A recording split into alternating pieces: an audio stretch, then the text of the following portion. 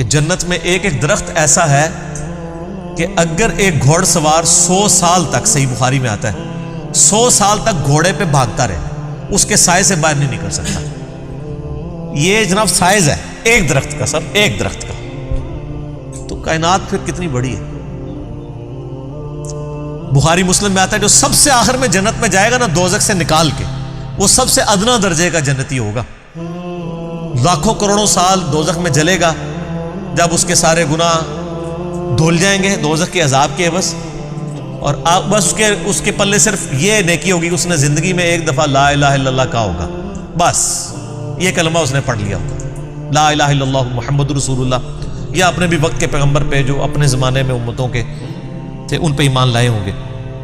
تو جیسے ہی اس کو بخاری مسلم کے الفاظ ہیں دوزخ سے نکالا جائے گا، اللہ تعالیٰ فرمائے گا ہاں بھائی تیرے لیے زمین سے 10 گنا بڑی جنت، تو کہے گا یا اللہ تو خدا ہو کے میرے ساتھ مذاق کرتا ہے۔ تو بخاری مسلم کے الفاظ ہیں کہ اللہ تعالیٰ اپنی شان کے لائق مسکرائے گا اس کی بات کے اوپر، اللہ فرمائے گا مذاق نہیں کر رہا، حقیقت بات ہے کہ جو یہ روئے ارض ہے، یہ جو میریکل پلانٹ ارتھ ہے، اس سے 10 گنا بڑی جنت ہے اس شخص کے لیے جو سب سے آخری درجے کا جنتی ہے۔ اور سر جو شروع میں چلے جائیں گے ان کی جنتوں کا کون اندازہ لگا سکتا ہے۔ بخاری مسلم کے الفاظ ہیں کہ جنت میں ایک درجے والا اپنے سے اوپر والے درجے کو یوں دیکھے گا جیسے تم ستارے دیکھتے ہو، اور وہ فرق ایک نیکی کا ہوگا، ایک نیکی کا، اور یہ درجوں کا فرق۔ یہ تو سر اب ہمیں جب سائنٹسٹ بتا رہے ہیں نا گلیکسیز کی تعداد، اور بتا رہے ہیں جی 2.5 ارب گلیکسیز ہیں، اور ہر گلیکسی میں 300 ارب سے زیادہ سورج اور اس کے ساتھ زمینیں ہیں، تو یہ اللہ نے پورا انتظام کیا ہوا سر۔ اس وقت بھی جتنی کائنات ڈسکور ہو چکی ہے نا، اگر یہی جنتیوں میں بانٹ دی جائے نا تو یہ بھی اس سے بڑی ہے۔ اللہ نے تو کیا کچھ پیدا کر دیا، اسی لیے قرآن حکیم میں آتا ہے نا کہ تمہارے رب کے لشکروں کو کوئی نہیں جانتا اس کے سوا۔ ہم تو یعنی مخلوقات کا احاطہ کر ہی نہیں سکتے جو کچھ اللہ نے پیدا فرما دیا۔ تو اللہ تعالیٰ ہمارا ہے کہ ٹہنیوں والے درخت ہوں گے ان جنتوں کے، فَبِأَيِّ آلَاءِ رَبِّكُمَا تُكَذِّبَانِ فِيهِمَا عَيْنَانِ تَجْرِيَانِ، ان باغوں میں 2 چشمے جاری ہوں گے، فَبِأَيِّ آلَاءِ رَبِّكُمَا تُكَذِّبَانِ فِيهِمَا مِن كُلِّ فَاكِهَةٍ زَوْجَانِ، اور ان باغوں میں ہر طرح کے میووں کی بھی 2 قسمیں ہوں گی، ہر میوے کی 2 قسمیں ہوں گی۔ اللہ اکبر۔ فَبِأَيِّ آلَاءِ رَبِّكُمَا تُكَذِّبَانِ مُتَّكِئِينَ عَلَى فُرُشٍ بَطَائِنُهَا مِنْ اِسْتَبْرَقٍ، جو جنتی ہیں وہ تکیہ لگائے بیٹھے ہوں گے بستروں پر جن کے استر جو ہیں وہ گاڑے ریشم کے ہوں گے، وَجَنَ الْجَنَّتَيْنِ دَانٍ، اور دونوں باغوں کا پھل نیچا جھکا ہوگا۔ یہ نہیں ہے کہ جناب آپ وہ درخت اتنے بڑے بڑے ہیں تو جناب آپ کو کوئی سیڑھی لگا کے یا کسی ڈرون میں بیٹھ کے جانا پڑے، نہیں، ٹہنی لٹک رہی ہوں گی، بلکہ اشارہ کریں گے تو ٹہنی اپنے پاس آ جائے گی، اور آپ اس کو پھل کو توڑ کے کھائیں گے، کیونکہ جنت کو تو فنا نہیں ہے، آپ کے توڑ کے ختم ہوگا ایک اور وہاں پہ لگ جائے گا۔ جنت میں کوئی چیز ختم نہیں ہونی سر، جتنا مرضی کھاؤ پیو، ختم کوئی چیز نہیں ہونی، جو آپ کھائیں گے نا آپ، اچھا، اور آپ کو بھی تکلیف سے آزاد کر دیا، کوئی پیشاب نہیں ہے، کوئی پخانہ نہیں ہے۔ بخاری مسلم کے الفاظ ہیں ایک خوشبودار ڈکار آئے گی سب کچھ ہضم، اور کوئی قبض والا معاملہ نہیں ہوگا، کوئی پیٹ خراب ہونے والا نہیں ہوگا، وہاں اپنے آپ لذت کے لیے کھائیں گے اور بھوک بھی نہیں ہوگی، بھوک کے بغیر بھی لذت کی وجہ سے آپ کھانا کھائیں گے، اور لذت کی وجہ سے آپ جتنا مرضی، یہاں پہ بھی لوگ بھوک کے بغیر لذت کے لیے کتنا کچھ کھا جاتے ہیں، کہتے ہیں میں تو انہیں کھانا کھا کے آیا تو رکھو تو پھر 2 پلیٹیں کھا جاتے ہیں، ٹھیک، ادھر بھی اتنے لوگ موجود ہیں، بعض میں جو کچھ بھی بیچاروں کے ساتھ ہوتا رہے تو وہ ایک علیحدہ بات ہے، لیکن وہاں پہ یہ کچھ نہیں ہوگا۔ فَبِأَيِّ آلَاءِ رَبِّكُمَا تُكَذِّبَانِ فِيهِنَّ قَاصِرَاتُ الطَّرْفِ لَمْ يَطْمِثُهُنَّ إِنسٌ قَبْلَهُمْ وَلَا جَانٌ، ان جنتوں میں نیچی نگاہوں والی حوریں ہوں گی جن کو نہ کسی انسان نے چھوا ہوگا نہ کسی جن نے اس سے قبل۔ اچھا، ان آیات سے اب یہ بھی پتہ چل گیا کہ جنوں کے لیے بھی ایک جنت ہے اور انسانوں کے لیے بھی جنت ہے۔ جنوں کے لیے ظاہر ہے ان کی ریکوائرمنٹس اپنی ہیں، آپ کو پتہ ہے، صحیح بخاری میں آتا ہے، صحیح مسلم کے اندر کہ نبی علیہ السلام نے منع کیا ہے کہ آپ گوبر یا ہڈی کے ساتھ استنجا نہ کریں، کیونکہ جنوں کی خوراک ہے اس کے اندر، ہماری خوراک تو گوبر یا ہڈی کے اندر نہیں اللہ نے رکھی ہوئی ہے۔ تو جنوں کی آرائش کا ان کی جو خواہشات کا سامان الگ سے ہے، ان کی جنت الگ ہے، انسانوں کی جنت الگ ہے، لیکن ان کے لیے اپنی جنیاں ہوں گی، تواڈے سے تواڈیاں جنیاں ہوں گی، ٹھیک ہے، وہاں لیکن جنیاں نہیں ہوں گی، وہاں پہ بڑی شریف قسم کی بیویاں ہوں گی جی۔ فَبِأَيِّ آلَاءِ رَبِّكُمَا تُكَذِّبَانِ كَأَنَّهُنَّ الْيَاقُوتُ وَالْمَرْجَانُ، اور یہ جنتی عورتیں ایسی ہوں گی گویا یاقوت اور مرجان ہیں۔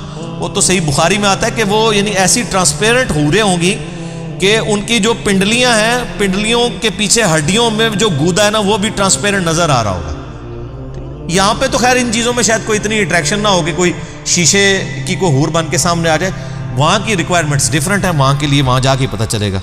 فَبِأَيِّ آلَاءِ رَبِّكُمَا تُكَذِّبَانِ هَلْ جَزَاءُ الْإِحْسَانِ إِلَّا الْإِحْسَانُ، احسان کا بدلہ بجز احسان کے کیا کچھ اور بھی ہو سکتا ہے؟ ہائے ہائے ہائے، یہ اللہ ہی کا ہی فضل ہے سر۔ اس آیت کا جو سوز و گداز ہے نا، وہ ایک عربی سمجھ سکتا ہے۔ اللہ تعالیٰ فرماتا ہے کہ جس نے زندگی میرے لیے گزاری، جس نے میرے لیے دنیا میں تکلیفیں اٹھائیں، حلال و حرام کی تمیز کی، روکھی سوکھی کھا لی، میری وجہ سے اسے دنیا میں نمازوں کی مشقت اٹھانی پڑی، روزوں کی مشقت اٹھانی پڑی، جس نے اتنا احسان کیا ہے، اللہ پہ تو نہیں کیا لیکن اللہ تعالیٰ قدردان ہے۔ اللہ فرماتا ہے جس نے اس طرح کا احسان کیا ہو تو کیا اس کا بدلہ میری طرف سے احسان کے علاوہ کچھ اور ہو سکتا ہے کہ میں بھی اس کے ساتھ ویسے ہی احسان کروں؟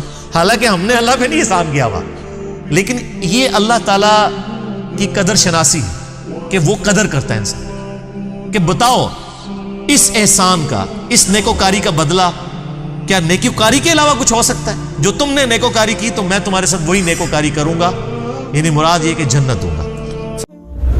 وَبَشِّرِ الَّذِينَ آمَنُوا وَعَمِلُوا الصَّالِحَاتِ، اور اے نبی علیہ السلام آپ خوشخبری دے دیجئے ان لوگوں کو کہ جو بات مان لیتے ہیں، یعنی ایمان لے آتے ہیں اور نیک اعمال اختیار کر لیتے ہیں، أَنَّ لَهُمْ جَنَّاتٍ تَجْرِي مِن تَحْتِهَا الْأَنْهَارُ، کہ ان کے لیے باغات ہیں جن کے نیچے نہریں بہتی ہوں گی، كُلَّمَا رُزِقُوا، جب کبھی بھی انہیں رزق دیا جائے گا اس جنت میں، منہا ان باغوں میں سے، من ثمرۃ الرزق، کوئی پھل رزق کی شکل میں ان کو جب پیش کیا جائے گا، اہل جنت کو جنت میں جب کوئی فروٹ دیا جائے گا، قالوا هذا الذي رزقنا من قبل، وہ کہیں گے یہ تو وہی ہے جو ہمیں اس سے پہلے دنیا میں بھی دیا جاتا تھا، وَأُتُوا بِهِ مُتَشَابِهًا، حالانکہ وہ ان کو اس سے ملتا جلتا فروٹ دیا جا رہا ہوگا، ایگزیکٹ نہیں ہوگا،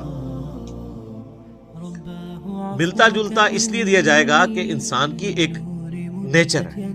دنیا میں بھی آپ دیکھ لیں، آپ کسی دسترخوان پہ بیٹھے ہوں تو سب سے پہلے اس چیز کو ہاتھ ڈالتے ہیں جس کے ساتھ آپ مانوس ہو۔ آپ کسی ولیمے پہ بھی جاتے ہیں تو آپ کے سامنے کوئی ایسی عجیب و غریب ڈش آ جائے تو آپ اس کے رسک نہیں لیتے کھانے کا کہ پتہ نہیں کیا ذائقہ ہو، الٹا پلیٹ بھر کے بیٹھ جاؤں اور اس دوران جو میں نے کھانا تھا وہ ختم ہی ہو جائے، یہ بھی چانس ہوتا ہے نا۔ تو انسان مانوس اس چیز کے ساتھ ہوتا ہے جو پہلے اس نے اس کو ایکسپیرینس کیا ہو۔ یہ اللہ تعالیٰ نے انسان کی نیچر رکھی ہے۔ تو جنت میں بھی ابتدائی مہمان نوازی کے طور پہ جنتیوں کو وہ رزق دیا جائے گا جو دنیا میں وہ ایکسپیرینس کر چکے ہیں، آم، کیلا، انار، سیب، جو ہمارے ایکسپیرینس میں۔ اب دیکھنے میں تو وہ فروٹ دیکھنے میں تو ویسا ہی ہوگا، تو وہ کھانے سے پہلے ہی بات کریں گے کہ تو یہ وہی چیز ہے، ایتھے بھی آ کے وہی کچھ، لیکن مطلب مائے گا کہ ان کے اس کی طرح کا ہوگا لیکن ویسا نہیں ہوگا۔ اب انور اٹور کا ذائقہ اور ایک دیسی آم کا ذائقہ برابر ہو سکتا ہے؟ دیکھنے میں تو دونوں ایک جتنے ہوتے ہیں، شکل و صورت بھی ملتی جلتی ہوتی ہے، لیکن زمین آسمان کا فرق ہے ٹیسٹ میں۔ اسی طریقے سے چونسے کا ٹیسٹ ہو یا کسی دوسرے آم کا، وہ برابر نہیں ہو سکتا۔ تو یہ تو دنیا میں اللہ نے اتنا فرق رکھا ہوا ہے، تو آخرت میں جو آم دیا جائے گا وہ دنیا والا آم نہیں ہوگا۔ ہاں شکل و صورت میں ضرور ملتا جلتا ہوگا، لیکن اس آم کی تو کیا بات ہے۔ اللہ تعالیٰ جنت میں ہمیں اپنے محبوب صلی اللہ علیہ وآلہ وسلم کا پڑوس نصیب فرمائے، آمین۔ وَلَهُمْ فِيهَا أَزْوَاجٌ مُطَهَّرَةٌ، اور وہاں پہ ہوں گی ان کے لیے پاکیزہ بیویاں۔ پاکیزہ بیویاں دنیا کی بیویاں بھی اور جنتی حوریں بھی، وہ آگے چل کے ذکر آ جائے گا اس حوالے سے. اچھا جنت میں جتنی بھی نعمتیں ہیں نا ان میں جو یعنی ڈومیننٹ نعمتیں ہیں ان کا کچھ نہ کچھ حصہ اللہ نے دنیا میں اس حوالے سے رکھا ہے کہ انسان اس نعمت کو ایکسپیرینس کر سکے. لیکن وہ زمین آسمان کا فرق ہے, لیکن کسی درجے میں ایکسپیرینس کروایا گیا, اور ایکسپیرینس کروایا گیا ہے تو تبھی ان چیزوں میں اٹریکشن ہے.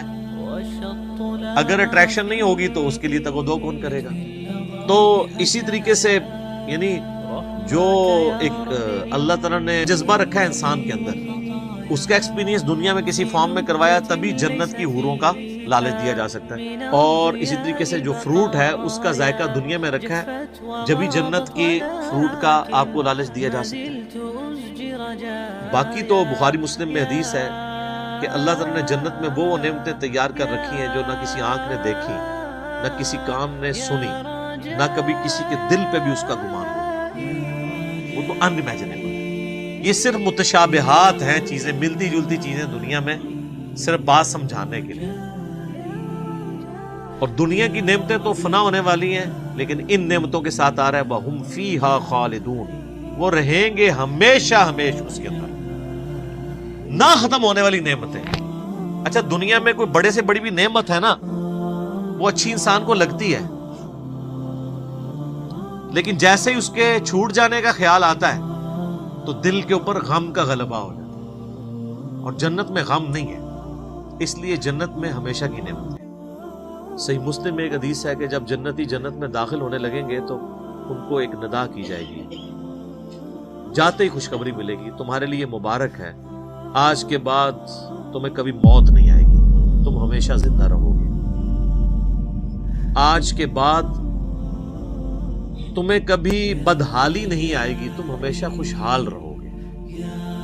آج کے بعد تمہیں کبھی بڑھاپا نہیں آئے گا, تم ہمیشہ جوان ہی رہو گے. اور آج کے بعد اللہ تم سے کبھی ناراض نہیں ہوگا, ہمیشہ راضی رہے گا. یعنی دنیا میں تو سب سے بڑی اہل ایمان کے لیے ٹینشن ہی یہی ہے نا کہ میں نے یہ کیا تو ناراض نہ ہو جائے. جنت وہ جگہ ہے جہاں کچھ بھی کر لیں اللہ ناراض نہیں ہوگا. ہر وہ چیز جو دنیا میں بھی جرم تھی وہاں جا کے وہ جرم نہیں رہے گی. دنیا میں مرد کے لیے سونا پہننا حرام ہے, اور جنت میں سونے کے کنگن پہنائے جائیں گے, ریشم کا لباس پہنایا جائے گا. قرآن پاک میں آتا ہے, بخاری مسلم میں درجنوں احادیث ہیں. جسے شوق ہو تو مشکات المصابیح کی 3 جلد میں جنت والا چیپٹر پڑھ لیں تو آپ کو اندازہ ہوگا کہ جنت میں اللہ تعالیٰ نے کیا کچھ رکھا ہے انسان کے لیے. لیکن یہ بات اپنی جگہ ہے, ایک حقیقت ہے کہ جنت پہنچنا بڑا مشکل ہے. یہ سب سے بڑا المیہ ہے. یہ تو بابوں نے آپ کو ایک خدا کا تعارف کروایا نا کہ جنت تو اپنی جیب ہی چاہے. کتابیں یہ نہیں بتاتی, کتابیں کچھ اور ہی بتاتی. صحیح مسلم میں حدیث ہے کہ اللہ تعالیٰ نے جنت کو ناگوار چیزوں سے ڈھانپ رکھا ہے. یعنی جنت تک پہنچنے کے لیے کئی ناگوار چیزوں سے آپ کو گزرنا پڑے گا, پھر جنت آئے گی. اور جہنم کو اللہ تعالیٰ نے خوشنما چیزوں سے ڈھانپ رکھا ہے. یعنی ہر اٹریکٹ فل چیز دوزخ کی طرف لے کے چلی جائے. ناگواری تو ہے نا, یعنی روزانہ 5 وقت نماز پڑھنا دنیاوی طور پہ ایک تردد تو ہے, سردیوں میں وضو کرنا ایک تردد تو ہے, گرمیوں کے روزے رکھنا ایک تردد تو ہے, حلال اور حرام کا فرق کرنا ایک تردد تو ہے. اور دوسری طرف آپ جو اپنی مرضی کے مطابق کوئی بھی کام کرتے جائیں وہ سیدھا آپ کو دوزخ کی طرف لے جائے گا, جو آپ اپنی مرضی سے کریں گے. اور جو اللہ کی مرضی سے کرنا پڑتا ہے اس میں تردد تو ہے, ظاہر وہ نفس کے خلاف ہے. یہ مسلم شریف کی حدیث کمال حدیث ہے کہ جنت ناگوار چیزوں سے ڈھانپی ہوئی ہے اور جہنم خوشنما چیزوں سے. اس کی ایکسپلینیشن جامع ترمذی میں, سنن ابی داؤد میں, سنن نسائی اور ابن ماجہ میں ہے کہ جب اللہ تعالیٰ نے جنت کو پیدا کیا تو حضرت جبرائیل علیہ السلام سے کہا کہ جائیں جنت کو جا کے وزٹ کریں کہ میں نے کیسی رہنے کی جگہ بنائی ہے. جب حضرت جبرائیل علیہ السلام جنت گئے اور اس کی خوبصورتی دیکھی تو اللہ تعالیٰ نے کہا کہ جبرائیل کیسا پایا جنت کو؟ کہا اللہ تیری عزت کی قسم کوئی بندہ ایسا نہیں ہوگا جو اس میں جانے کے لیے جان دھڑ کی بازی نہ لگا دے. کیا زبردست جگہ تُو نے بنائی ہے. اللہ نے فرمایا اچھا. اللہ تعالیٰ نے جنت کو ناگوار چیزوں سے ڈھانپ دیا، کہ مسلم شریف کی حدیث ہے. اور کہا اب جا کے ذرا جنت کو دیکھو. جب وہ دیکھ کے آیا تو انہوں نے کہا تیری عزت کی قسم مجھے نہیں لگتا کوئی بندہ جنت میں جانے میں کامیاب ہوگا، اتنا مشکل ہے. سر یہ ہے کتابوں کا خدا. یہاں کہتے ہیں نہیں جناب، ایک دفعہ بھی پڑھ لیا، ایک دفعہ بھی پڑھ لیا، ایک پھیرا ہی لگے گا. اور سورہ فرقان میں اللہ فرماتا ہے کہ جہنم ہمیشہ رہنے کے لیے بھی بری جگہ ہے اور ایک لمحے کے لیے رہنے کے لیے بھی بری جگہ. آپ لاکھ کہتے رہے کہ پھیرا لگے. اچھا یہ پھیرا بھی اس لیے ہم کہتے ہیں کہ ہم نے کبھی اس پھیرے کو امیجن نہیں کیا. آپ کو ادھر بیٹھے بیٹھے امیجن کروا دیتے ہیں. اگر کسی شخص کو یہ کہا جائے کہ ایک فجر کی نماز چھوڑنے پہ آپ کو فجر سے ظہر تک ایک ایسے کمرے میں وقت گزارنا پڑے گا جو 10 بائی 10 فٹ کا ہوگا، اس میں 100 کوبرا سانپ ہوں گے، 100 بچھو ہوں گے، 100 اژدہے ہوں گے، لیکن صرف فجر سے ظہر تک بس، تو کوئی امیجن بھی کر سکتا ہے اس کو؟ وہ ان سانپوں کو تو آپ مار بھی سکتے ہیں، جہنم کے سانپ کے بارے میں کوئی سوچ بھی سکتا ہے؟ چونکہ ہم نے امیجن نہیں کیا ہوتا اس لیے ایک پھیرے کی بات کرتے ہیں. اور یہ تو بہت بڑی میں نے مثال دی ہے. اگر کسی شخص کو کہا جائے نا کہ فجر کی نماز چھوڑنے پہ فجر سے ظہر تک آپ کو صرف ایک موم بتی کا وہ چھوٹا سا جو فلیم ہوتا ہے نا اس کے اوپر یوں ہاتھ رکھنا پڑے گا فجر سے ظہر تک، سر 10 سیکنڈ نہیں کو رکھ سکتا. تو یہ کہنا آسان ہے پھیرے والی بات.